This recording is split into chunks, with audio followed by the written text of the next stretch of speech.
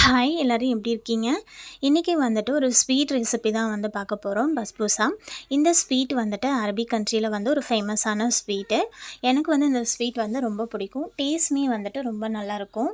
இப்போ இந்த ஸ்வீட் வந்து பண்ணுறதுக்கு 2 கப் அளவுக்கு வந்துட்டு ரவை எடுத்துக்கோங்க. வறுக்காத ரவை தான் வந்துட்டு இதுக்கு வந்துட்டு யூஸ் பண்ணால் வந்துட்டு நல்லாயிருக்கும். நான் வந்து வறுக்காத ரவையாக 2 கப் எடுத்திருக்கேன். 1 கப் அளவுக்கு வந்துட்டு டெசிகேட்டட் கோகோனட் எடுத்திருக்கேன். நீங்கள் ஒரு வேளை நார்மல் கோகோனட்டாக வந்துட்டு எடுக்கிறீங்க அப்படின்னா அதை வந்துட்டு வறுத்துட்டு சேர்த்துக்கோங்க.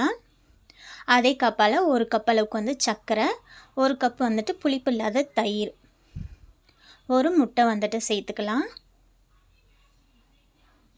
இது கூடவே வந்துட்டு வெண்ணிலா எக்ஸ்ட்ராக்ட் வந்துட்டு 1.5 டீஸ்பூன் அளவுக்கு வந்துட்டு சேர்த்துக்கோங்க.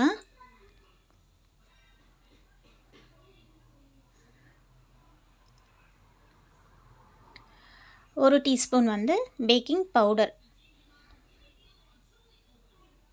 கொஞ்சமாக வந்துட்டு சால்ட் வந்து சேர்த்துக்கலாம்.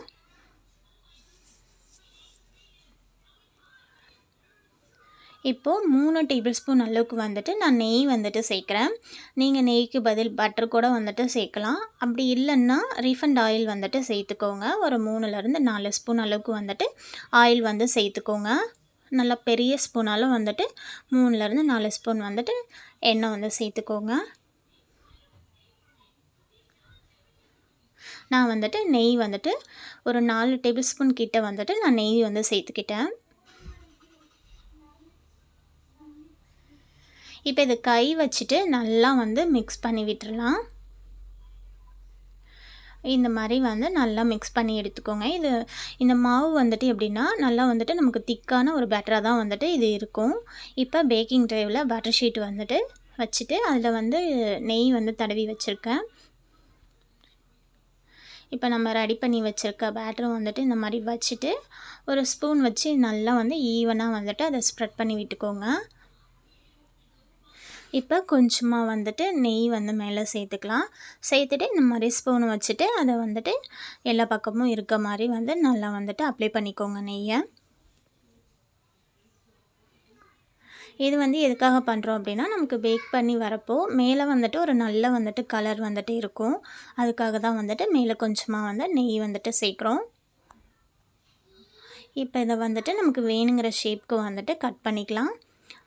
இது லைட்டாக வந்துட்டு நீங்கள் வந்து பேக் பண்ணுறதுக்கு முன்னாடியே உங்களுக்கு எந்த ஷேப் வேணுமோ அந்த ஷேப்க்கு வந்துட்டு நீங்கள் கட் பண்ணிக்கோங்க.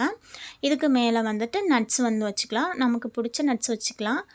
பாதாம் இல்லைன்னா முந்திரி இல்லைன்னா வந்து பிஸ்தா கூட நீங்கள் வந்து வச்சுக்கலாம். நான் வந்துட்டு பாதாம் வந்து வைக்கிறேன். அதிகமாக பாதாம் தான் இதுக்கு மேலே வந்து வைப்பாங்க.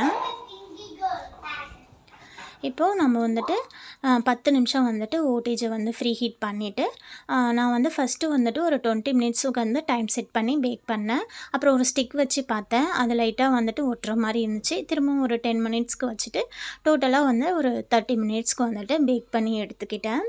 இப்போ நமக்கு வந்துட்டு இதுக்கு மேலே வந்து ஒரு சுகர் சிரப்பு வந்துட்டு நம்ம ஆட் பண்ணோம். அது வந்து பண்ணுறதுக்கு 1 கப் வந்து சர்க்கரை, 1/2 கப் வந்து தண்ணி, கொஞ்சமாக வந்துட்டு சால்ட்டு வந்து சேர்த்துட்டு நம்ம சுகர் சிரப்பு வந்து ரெடி பண்ணிக்கலாம்.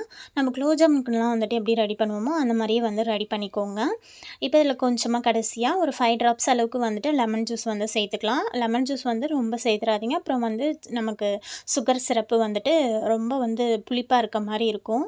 இப்போ இந்த சுகர் சிரப்பு வந்துட்டு நல்லா சூடாக இருக்கிறப்பயே வந்துட்டு இந்த ஸ்வீட் மேலே வந்து சேர்த்துக்கலாம்.